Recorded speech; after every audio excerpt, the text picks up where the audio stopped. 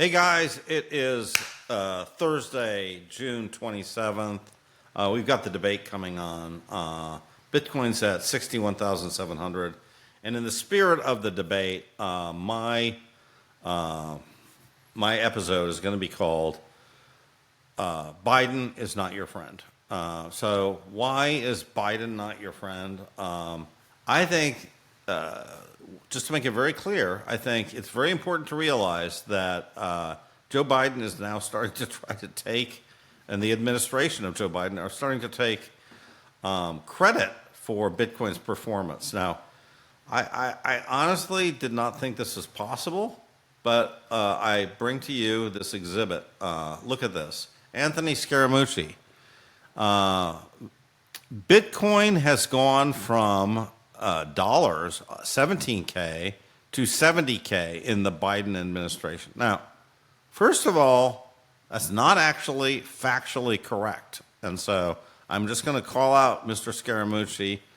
But that's not correct. It did not go to 17,000 to 70,000. It did in 2023. But let's take a look at really the record. It's not 17 to 70. Okay, so what is it? Let's take a look. Joe Biden was inaugurated on January 20th of 2021. Okay, so he was inaugurated right around here, right? So Bitcoin was at 32,000, not 17,000 when he was inaugurated, okay? And actually, what happened in this period? Well, his SEC guy, Gary Gensler, was taking meetings with Sam Bankman-Fried, and the DNC was being funded by Sam Bankman-Fried. I mean, this is not a great track record here, okay? They're really pushing FTX. Meanwhile, FTX is buying out stadium rights and doing all this other stuff. Getting Tom Brady to push their stuff, not Bitcoin, okay?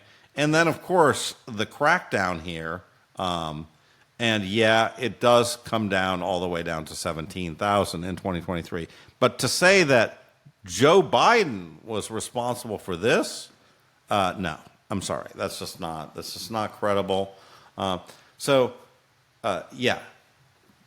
what he should have said is that Bitcoin managed to double despite everything that you have put against it. Now, that would be a little bit more accurate. Now, let's talk a little bit about why Joe Biden is completely against Bitcoin and crypto in general. Okay, number one, Operation Chokepoint.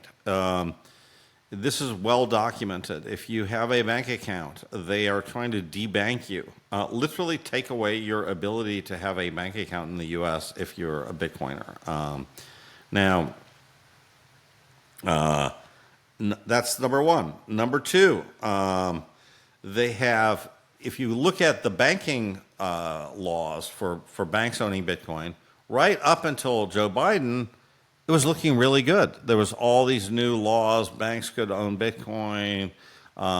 It was full steam ahead under Trump. And then overnight, thanks to the efforts of the American Banking Association, that became very problematic.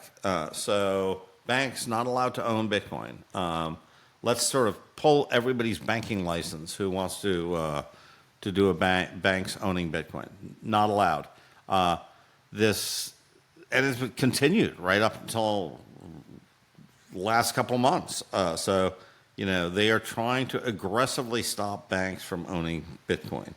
Obviously, you have Gary Gensler, who's suing everybody, who sure passed the Bitcoin ETF, but he passed it after, being forced into it from a legal standpoint.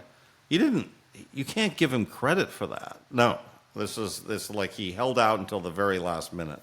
You have Elizabeth Warren, who is aggressively going after everything Bitcoin, including non-custodial wallets. And then you have something that really gets to me, which is not even Bitcoin, which is they're talking about now 40% capital gains tax. They're talking about taxing unrealized gains. And you can start to see how anti-Bitcoin that kind of thinking is. So, you know, all I can say is if you're a Bitcoiner, Joe Biden is not your friend. Elizabeth Warren, not your friend. Gary Gensler, little you don't care as much, but still not your friend. And anybody who is trying to raise taxes 40% is absolutely not your friend.